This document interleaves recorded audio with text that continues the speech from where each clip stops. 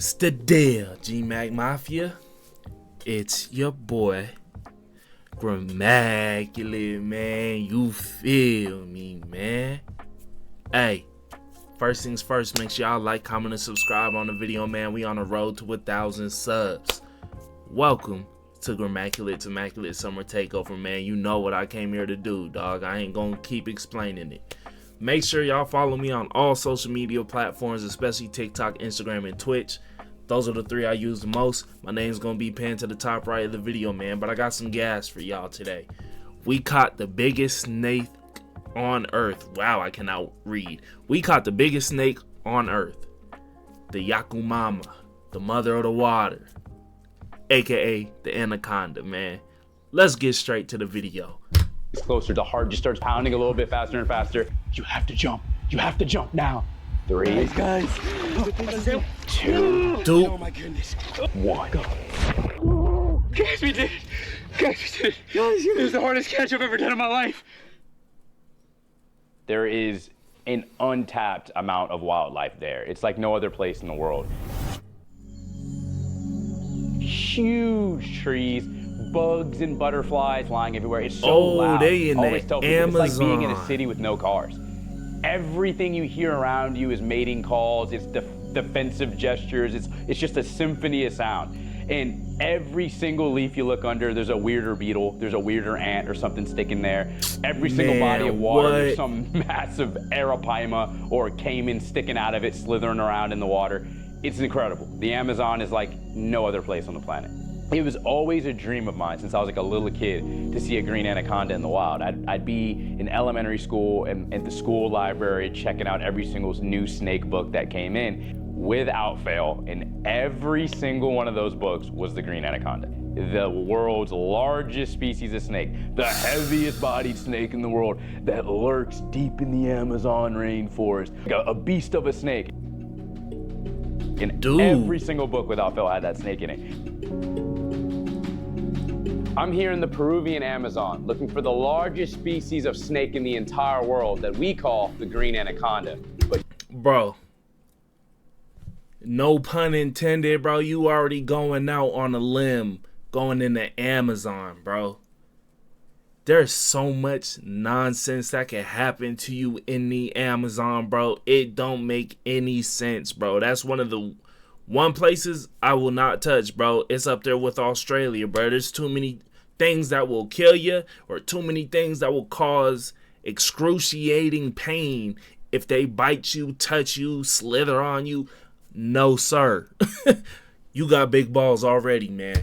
But here, the locals call it the Yakumama. The Yakumama. Yakumama. There's all these crazy folklore and legends of these snakes preying on people and being these monsters. And what I wanted to truly show is these snakes don't want anything to do with people. They just want to be left alone in their environment. And I also wanted to actually just get some of the first real authentic footage of somebody catching a gigantic anaconda and measuring it. We had our tour guide, Fernando Tapiavera, with us. And have y'all seen the movie Anacondas, bro? With Tyrese in it, bro. Have y'all seen that movie, bro? If not, it came out early 2000s. Main cause for my fear of snakes, especially snakes the size of anacondas, bro. I'm not doing it. And he's serving as the expert. He grew up in the jungle. He knows this jungle like the back of his hand. And he's taking us to some of his favorite spots for green These anaconda. motherfuckers the only Leading ones into on the finding river. Anaconda, I had my best friend Connor coming to join me in Peru. This is actually his first time ever out of the country. He had never been out of the country before, and now he's on a plane to Peru to go dive in the Amazon rainforest with me. He was there because he's the guy who I trust the most with my life. There's nobody else. That's that a I good trust more with friend my right life than there, Connor. boy. There's nobody else. When I'm walking around there with Connor, I'm not worried. I don't have any doubts in my mind that whatever animal we come across, we're gonna be well matched for. Like, we're gonna be ready. When you got a brother like that backing you and walking with you, what can't we take? Like, what snake is too big? There's no snake that's too big for us, right? But I won't lie to you. Anaconda? Connor Head here with me, the guy who I trust more than anybody else. We are in an environment that neither of us have ever been in. Dude, What makes looking for the anaconda so difficult is that you're what's called floating forest. And how Fernando kind of explains it is this vegetation just grows and grows and grows, and it gets dense, it gets thick. The roots like intertwine and lock into each other, and they form like a mat over the water. And the best way I could describe it, if anybody's ever been on like a waterbed, you've ever walked around a waterbed, or almost like a bouncy house with a little less bounce, that's the instability you're feeling. Man, get out of here. It creates a nice dense blanket of security in darkness for a lot of animals. So the green anacondas, from what I've learned, like to hang out in this dense floating forest vegetation because it's shy. It's a very shy snake that does not like to be out in the open at all. And they only really come up in the open and out in the bright sun to sun themselves. You're tasked with now not only being in this hard and kind of harsh environment looking for this. There's so many different organisms that can be and where they're standing at right now, bro. Like, bro, this environment is highly volatile, bro. It don't make any sense. Like, of course, to, you know, the natives that live in the Amazon, I've studied the Amazon. The natives that live in the Amazon, like people you do not see, but they live there. Different tribes. Like, at the Amazon forest actually has cultures, tribes that still live there, bro. They know how to navigate, move around, everything. They know the Amazon like the back of their hand. To people like us that just travel down there, bro, it's so foreign, bro. You don't know what you got bit by. You don't know how deadly the bite is. You don't know what else is lurking. And then I heard when the sun go down and it's pitch black outside, all you see is eyes. In the forest, you look into the forest, it's just eyes, bro. No, sir. No.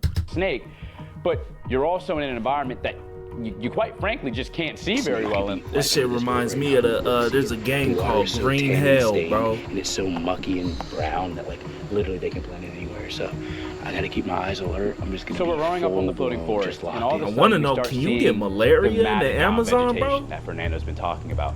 And Fernando told me that essentially when you go into the floating forest, we're going early in the morning when the snakes are gonna be just waking up. Ooh. And you can tell a snake has been somewhere by the grass is gonna be compressed and pressed down. And so I'm looking at this gigantic mass of grass matted down, thicker than my torso, just matted down, and there's all these butterflies and bees going there. And I look back and I'm like, oh, Fernando, is that a track? And he's like, yes, friend, big Yaku mama. We go, okay, before we go in here, we're gonna send the drone up. And I'm kind of like, we're sending the drone up for a snake? And Fernando's like, oh yes, friend, you'll be able to see like, you know, the anacondas from above. We're dealing with a snake that I can be 120 feet in the air and I'm still gonna be able to see. And so I go in there, I send the drone up, and sure enough, I go above the floating forest and it literally looks like highway interstates. There is like huge tracks just weaving in and all out of this forest. And look at this, bro. Looks like you got a track right here. One then slithered through here. There's a track right here. Track running through here. Bro. There's no cars. There's no other boats out there. You can there see that from that high up, bro. And that is those tracks are too big for me to go track down, there bro. There is nothing that could have prepared me for the sheer mass of this snake. When you see these tracks and you realize you could lay down in them, you could fit your entire body in the slide of a snake track, it gives you a sense of how big of an animal you're dealing with. These tracks were absolutely massive. Basically, the strategy for the next hour, 2-3 hours was you'd find a big track, that's such a big section unique of matted down grass, and you just walk an astounding environment to like be in and actually experience, though, bro. Fernando I was can walking give that on the trail to ahead of me, and I'm just following behind Fernando. We're kind of rolling in like a little line, and all of a sudden he steps in this anaconda track, and the minute his foot leaves it, I see yellow scales starting to slither away into the mud. And so immediately, in the past hour, we have not spoken over this tone of voice because we're trying to be quiet. I just go, oh, snake, snake, snake. And everybody just runs like, oh, and then bam, I jump in the mud and I'm just grabbing at the mud and the earth. And I pull up this really just funky looking snake that I've got no clue what the heck I'm looking at. Thought it was a juvenile anaconda. It's clearly not. And I'm kind of inspecting it and looking at it.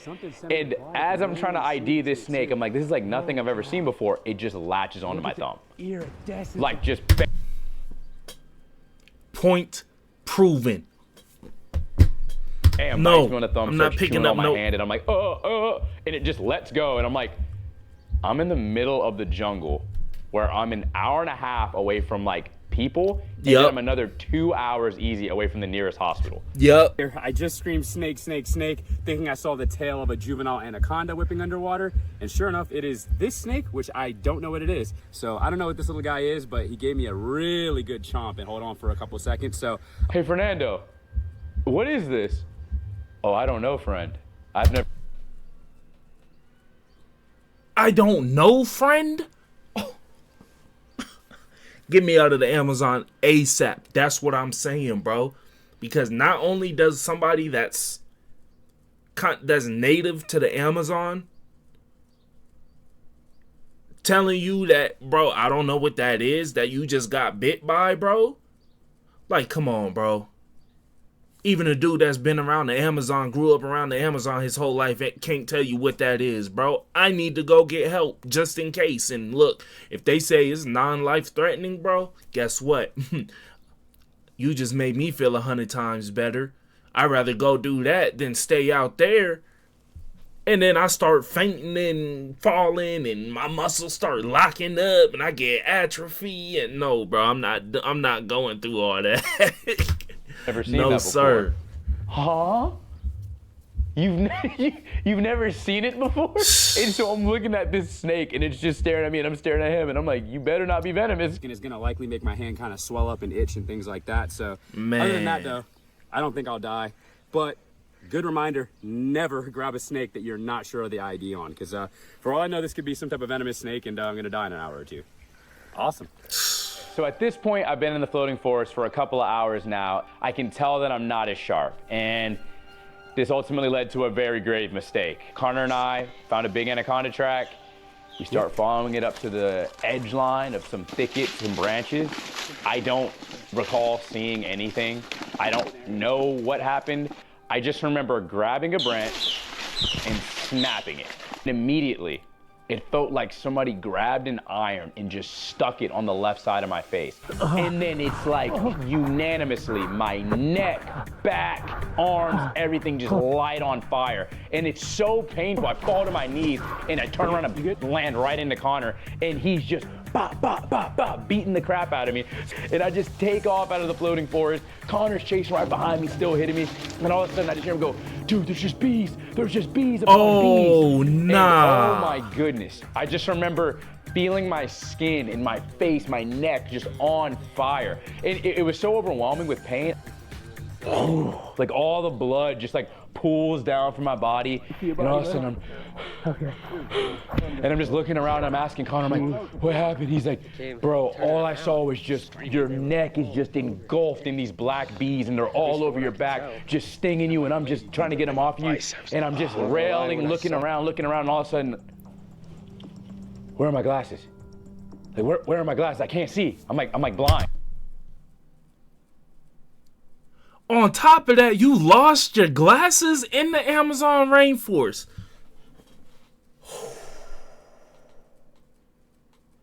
So not only did you get bit a couple hours prior, you done lost your glasses now. Oh, bro. This just a whole setup for a disaster, dog. I would have went home, bro. I'm telling you. I would have went home. It hits me that when that bee first stung me in my ear, it hurt so bad I just slapped myself. I just remember slapping myself super hard and my glasses are now back in that nest somewhere.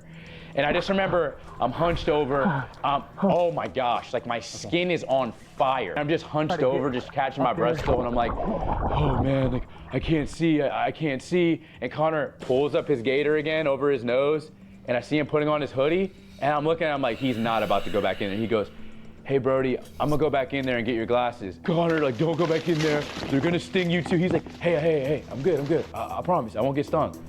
And he goes back in there. He just comes out with the glasses above his head. Got stung like 3 more times on his neck doing it too. And he just came back out handing me the glasses. Salute to you, Connor, bro, because that's some real G shit. Cool as a cucumber, just and slowly that's some walks real over homie after hearing shit, me bro. scream and holler. And he goes, oh, carachupas. And I'm for like, Cara, what? The local name is carachupas. carachupas. They are tiny, but they will follow you until you get the sting. A hornet that if you go near the nest and break branches and disturb, they all flood out and sting you until you get far enough away. And I'm just staring at him. He's just, it's bad, no? Yeah, yes, it's bad. Yes, it's very bad. Nice to know. It's like, you ain't want to preface this before the trip. Hey, just so you guys know, if you see some tracks and you happen to start wandering into, you know, a group of trees, do not break any branches. They got wasps that will sting you if they're disturbed. All of them will fly out the nest and beat the dog shit out of you if you disturb them.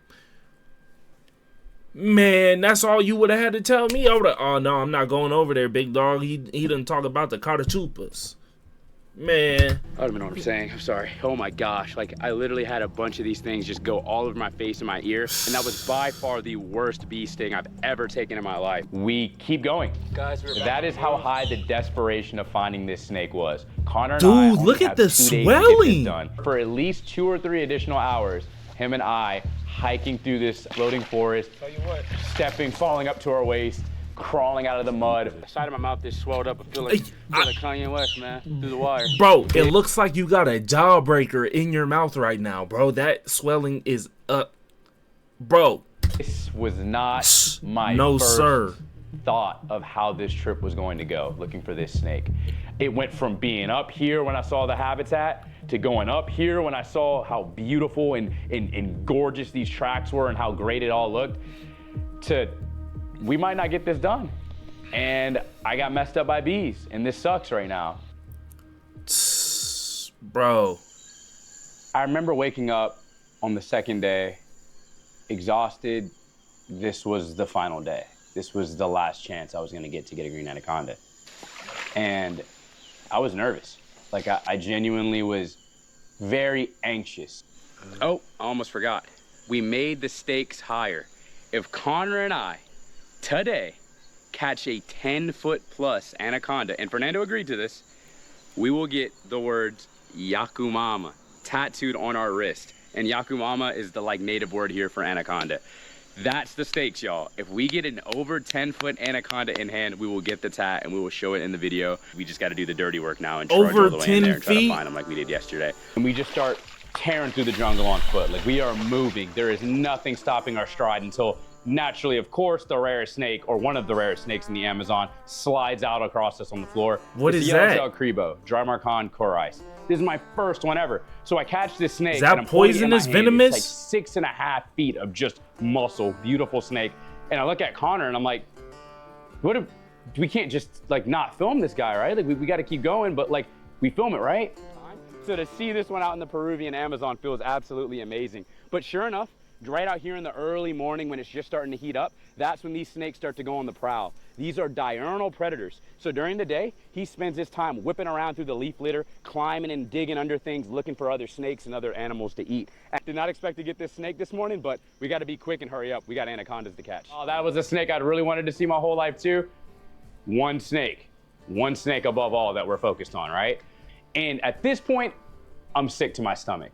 It's midday, we are losing time rapidly. Sure enough, there is an 8-foot-long yellowtail crebo. Yo, another one? I have now seen 2 yellowtail crebos in one day. A snake before that morning I'd never seen in my entire life. And Connor's like, we came here for one snake. We came here for one snake. Let the yellowtail crebo go. No exaggeration. Are yellowtail crebos venomous, bro? There's a 3rd yellowtail crebo rooting around under a log. So that is 3 yellowtail crebos that now have not been filmed, and the whole entire rest of this hike to this lake. The snake is non-venomous and is immune to other snakes' venom. There. And we're finally going to this next location, and it looked significantly more difficult than the last. The water here is super turbid, super murky, not very easy to see in at all. And I just remember there was a moment where everything sort of got quiet. And I was standing up on our canoe, and I looked over the right side of the boat, and my life changed. I just remember looking over the right side of the boat. There was no track. There was just a hole caved out of the floating forest. And I just see black spot, yellow spot. And it was like unmistakable, beyond any reason of a doubt, what I was looking at. A green anaconda. Oh, Immediately, what, bro? the minute I saw it, I look at Connor, I look at Fernando, I go, I'm going in, I'm going in, I'm about to jump. I go 3, 2, and all of a sudden Fernando goes, no, no, no. He's like silent screaming. You ready? 3, 2, 1. What are you talking about? He's like, don't jump. Don't jump. And I'm like, what do you mean don't jump? Like, we're like going back and forth, arguing. Okay, hold on. Okay. Don't jump. And he goes, if you jump right now, you're gonna push the boat back and we won't be able to help you. My body is just tingly. Like, I'm like, this is the moment. This is the moment. This is the moment. And as the boat gets closer, the heart just starts, pounding a little bit faster and faster. Connor out of nowhere goes, hey, Cave? I'm like, yeah. He's like, I see the head. And I'm like, oh, well, where is it? I'll never forget the way he says it. He goes, hey, it's in the middle. Oh, his head's right there. His head's right there. Where? Okay, his head's right in the center. The head of the snake is right below the surface of the water, locking eyes with me. Snake nose. See, this would have had me fucked up right here, bro. I'm on the video trying to find where the hell he see the damn snake head at. Like, I think I see some spots right here. Like, this may be it, but where's the head at? Then on top of that, he gonna jump in there? Okay, bro. Where I am, what I'm trying to do, and what's about to happen. Fernando now is saying, you have to jump. You have to jump now. But you don't know how big the anaconda is. 2, 1. And I just launched off the side of the boat. Got the head. Bring the boat. Oh, it's got me in the coils. 2 coils are just wrapped around my arms and they just crush my arms together to where my arms are now pinned together like this. The mass of this snake is now apparent. I'm looking at an animal with my own 2 eyes that is bigger than me. Might be coming up under you. It's okay, I don't care. Okay, I don't see the head. But no, I'm going for the head. That's the tail. That's the tail? I'll get back in with you. Yes. Nice, guys. Love you guys. Love you. I'll get back in. I start immediately treading water with this huge section of snake over my shoulder. Dude! None of us have the head. We only have the back third, maybe, of this snake. And this animal is so intelligent that it realized that if it hits the river where there's an open current and goes under our boat, we can't grab it. We can't get it. Connor, come here. Oh, you need help? Yeah, Connor, come here. I got this. Connor, look what I have. You have the head? I've got it in my legs. I have the head. Come here, guys, please. I've got it in my legs. What? I got the head again. I got the head. Yeah. Okay. You gotta grab him by the head. Because you gotta get control of it. You're talking about a snake that has razor sharp teeth and huge teeth when they get to the size, a powerful crushing bite, able to Nah, hold on, really bro. do damage to you. Do this. Bring the body. Okay. Just bring the body closer. I've never had the amount of weight attached to my body, pulling myself out of the floating forest onto the edge of the boat, wrapped in a giant snake. I had to be carrying at least 250 pounds. Yeah. I've got his head, right? And you doing that can get in this up. water, Yeah, bro, right. which is Yeah, he's in the nuts, boat. man. Grab this. This one here? Yeah, so hold on. Reach your hands in. Yeah. You do the same. Do the Okay. I'm lifting it up to you. The head's gonna come free. Okay? Ooh. Okay. do it. Yes! Come on! We all just in one mass just land in the boat together, and it's just pure euphoria. Let's go! Let's go! Yeah! Okay, And bro still locked in, holding the head so it don't get loose. Look at that. Nah, bro. Okay. It's okay. You good? You want to make it up again? Guys, we did it. Guys, we did it. Guys, we did it. This is the hardest catch I've ever done in my life. Thank you so much, Connor. Like I'm in this moment, in all of the pain, all the struggle, all the indecisiveness, all the indecision of, am I on the right path sometimes in life, and all these things that all of us face as people. It all makes sense. Guys, we did it. This is why. This is the hardest catch I've ever done in my life. Thank you so much, Connor. Thank you so much, Fernando. This, guys, is your Nectes marinus, or the green anaconda. The largest snake species in the entire world. We literally just dove in the Amazon and caught this beautiful, gorgeous snake. And I almost drowned. I definitely almost drowned trying to fight it. This snake, all right, hold on, deserves all of the respect it can get. And I'm sorry, big girl, or big guy, for tearing you out of your home. But I just wanted to show people how beautiful. Got complacent, I let my guard down, and I made probably the biggest mistake of my life. What'd you do? We're gonna measure it, and oh my goodness. Oh!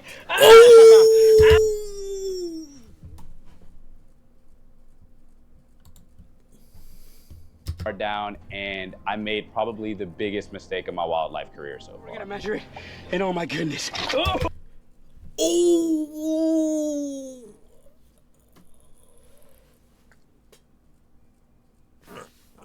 Oh. Boy, you better be lucky these things ain't venomous. Oh.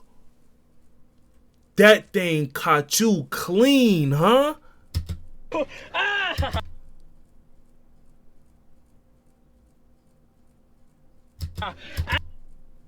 Ow! Oh, yeah! Look at that! Right there with just a love nip. Split me right open, pierced the vein easily, and that's just incredible. These snakes are so strong. And you still got your composure? Oh, you built for this, let my guard dog. down. Don't ever let your guard down around these snakes. But I just want to admire you, sweetheart. It's okay. You deserve that bite.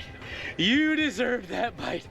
The bite was all my fault. The snake is not at fault in any way, shape, or form. It is just doing what it's supposed to do, and that's defending itself. I'm really lucky, because it could have been a lot worse. Thankfully, it Yeah. just nipped me. But this How is what it's much all about, worse, guys. bro? That Getting already out there in looked the wild bad. and experiencing these snakes up close. Caveman wildlife crew, baby. I'm gonna stop bleeding everywhere, hopefully, and we're gonna try to get some pictures and some measurements of this beautiful snake and see how big it is. Ooh, ooh. Yo. There was a major component to it all that I wanted to get that I've never had to do before with a snake, and that was to measure it. Here we are, we got the anaconda on land where we are safe and the snake is safe. It's a little tired right now, but I assure you it's just fine. Fernando, what are we about to do? So here I am, using this rope, lining it up at the front of the head, and carefully, section by section, we're going down each curve and kink in its body. Okay guys, we got total body length, and now we're gonna get cloaca to tail length. It's important to get two measurements just to make sure that we're being accurate. So What's what a Connor's gonna do cloaca? is he's located the cloaca, and he'll be able to show you guys that right there. That is Oh. essentially this big anaconda's no-no square. And then we're gonna take a measurement from right there all the way to the tip of the tail. After measuring this snake and seeing how big it is, it's abundantly clear that a snake this big has so much history and wisdom behind it. We caught this anaconda later in the day, so it was somewhat of a rush to beat the daylight. We only had a very small window of time to do what I came here to do, and that's to educate you all about this amazing snake. Guys, this is the snake that all these weeks in the jungle have amounted up to, and I believe this is a moment that I'll remember for my entire life because I've been building up to it my entire life. Ever since I was a little boy, I would read snake books and I would hear about the green anaconda, Eunectes marinus, the heaviest bodied and largest snake in the entire world. And to think that I'm here in the middle of the Peruvian Amazon holding an absolute unit of one is something I didn't imagine. To think that all those moments of uncertainty and thinking that we wouldn't find this snake have amounted to this moment. So now, let me tell you about the Yakumama or the green anaconda. So like I said, guys, this is the heaviest bodied snake in the entire world. These I can snakes see go over that. 20 feet long and weigh over 500 pounds. They're absolute units, and they're pretty widespread throughout South America, Brazil, Argentina, Colombia, I believe, and all these different countries, and especially Peru. These guys are not uncommon They spend a lot of their time in lakes, lagoons, oxbows, rivers. They're highly aquatic. Such a heavy-bodied snake, especially once they get to this size. They don't do good on land at all. They're not terrestrial. They're highly aquatic. So this snake spends most of its life underwater, waiting to ambush prey with that huge mouth that you see it has right there. Inside this mouth, I found out the hard way, they've got razor-sharp teeth. Look at those puncture wounds. That was just a quick stab from it, and I was bleeding like a stuck pig. Even though this snake is non-venomous, this is not the snake you want to get tagged by. And look at the coloration of it. Every bit of its coloration is suited to blending into this dark, tannin-stained, muddy water that they hide. Yeah, These bro. beautiful black dots, the gorgeous greens and yellows. This is an absolute beautiful snake. It's absolutely gorgeous, and they're absolutely amazing. Now, these snakes spend most of their life underwater, like I said, but how we found this snake was up basking. As you can imagine, snakes are cold-blooded. They are ectotherms, meaning that their internal body temperature is completely determined by the sun and the heat of their surroundings. So this snake needed to be on the surface of the water, soaking in all the sun rays. Think of it getting a suntan, something like that. Just warming itself up, and that's when Caveman and Connor and Fernando cruised by on the canoe and saw it. So these snakes being so big need to sit up there for a while to heat up, and that's exactly how we got the opportunity. Look at those rows of teeth in there. They almost have a sheath of gums over their teeth to protect their teeth. And don't worry about that blood. That's just my blood, not the snake's. And look at that gorgeous tongue. As you can imagine, its environment is very dark and murky. So it flicks that tongue around at like 1,000,000 miles a minute, and it picks up all the chemical information of its environment around it, and that's how it hunts its prey. Now, a snake this big, as you can imagine, eats just about anything, from black caimans to birds to capybaras, agoutis, deer, anything that comes to the water's edge, this snake will take advantage of. And as you can imagine, with all this muscle and coils, it is a constrictor. Hold on, bro. Black caimans to birds to capybaras, agoutis, deer, anything that comes to the water's edge, this snake will take advantage of. And as you can imagine, with all this dude is foaming out the sides of his mouth right now, bro. This is pure excitement, bro. This is pure excitement and adrenaline, bro. Like something, bro, this is dope. He foaming out the corners of his mouth in the most best way possible, bro. Pause. No diddy, okay? But for real, bro, this is pure excitement, bro. Coils, it is a constrictor. This is badass. It asphyxiates its prey. When it finds something that it wants, bam, it sinks those razor-sharp teeth into it, and then shoop, shoop, shoop, shoop, shoop, throws some coils around it and squeezes, and every time that animal breathes, it gets tighter and tighter until it's choked out, and then they swallow it down whole. And they'll also drown their prey being aquatic. But how'd you be? My second to last day in the Amazon rainforest, my last real chance at getting an anaconda, and we found one! And the snake's doing just fine. It's just healthy. It's just okay. And this is just a beautiful moment that I'll never forget with my new friend Fernando and my best friend Connor Head. Here we go, releasing the green anaconda, Eulechtes marinus, my first one ever. So here's what we're gonna try to do. We're gonna try to gently angle her head out here towards the swamp. And she's very tired. These are very heavy-bodied snakes, so they tire out on land very easily. But I think, yeah, there we go, sweetheart. If we can just get her going in the right direction, dude, she will start to move off into the swamp herself and go on her way. There you go, big girl. There you go, big girl. It was such an honor sharing space with this snake, and getting to see it slide back off healthy is just an honor. It's just a privilege. I feel absolutely blessed to be able to share the planet with snakes like this, guys. And she is just muscling her way through the swamp like she naturally would. It does not get better than this. The catch is one thing. The catch is always the fun part. But when you get to see the snake go right back into its own habitat, safe and sound, perfect and okay, looking all beautiful, looking all good as she should, it's just that much better. I was so relieved to see her slide back off into the swamp, because admittedly, I had stressed the snake a good bit in the catching of it. And to just see her go back into her environment unscathed, undisturbed anymore, she's just tearing it up, going back off, doing her thing. I was able to like exhale and take a big sigh of relief. We just watched this beautiful and incredible anaconda slide back off into the swamp. One of the most beautiful moments of my entire life. Thank you so much to my Father up in heaven, who just gives me the strength and the courage and the energy to do what I do on a daily basis. And just, man, guys, I'm beyond blessed. I'm beyond grateful. I could not do it without each and every single one of you watching my page, watching my channel, encouraging me, pushing me further. Dude,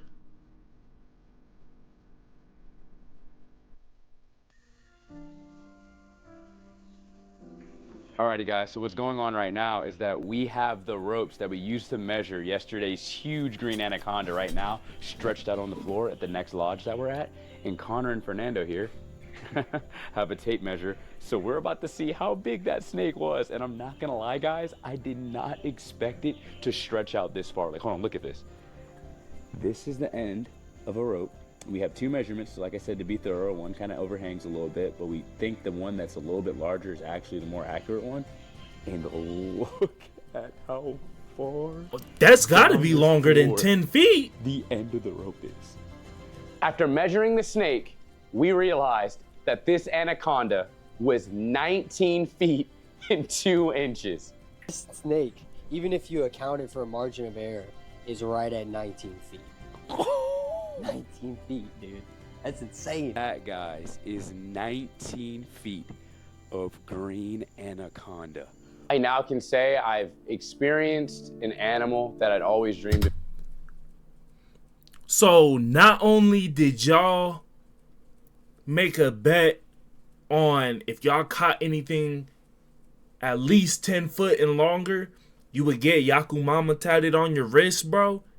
You done caught something double the size. Dude. Of seeing up close and personal in a way that most people never will. And I feel really blessed and privileged to have had that opportunity. I feel really blessed and privileged to have had the opportunity to also see it go away safely and healthily. Thank you so much for watching this video. You guys' love and support means the world to me. This is by far the biggest moment of my entire life, and it means so much that I was able to share it with you all. If you enjoyed this video, please like, subscribe, and turn on post notifications. I plan to be dropping a lot of content on YouTube this year, and I want you all there with me. And also let me know down in the comments below what you liked and what you want to see next. Thank you so much. Well, before we left, what? We had to honor our bet. Oh, Right, yeah. guys, if you've watched this far into the video, you probably know that I made a bet very early on in the video, and there's a huge severity in shaking a man's hand. And that bet was, I said, if we caught over a 10-foot anaconda, I would get a tattoo of Yakumama on my wrist. I shook Connor's hand, and I did not think he was being serious, but this is our last night here in Puerto Maldonado, and Andrea is going to be doing the tattoo. She's phenomenal. If you're ever in Puerto Maldonado, go visit her. She gives the best tattoos ever. And if she doesn't get the best tattoos ever, I'm gonna completely change this after this. I'm nervous, guys. I'm nervous. This might hurt more than the anaconda bite. I'm not gonna lie.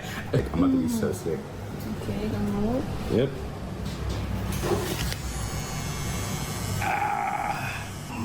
Yeah. Feels like a bunch of snake bites.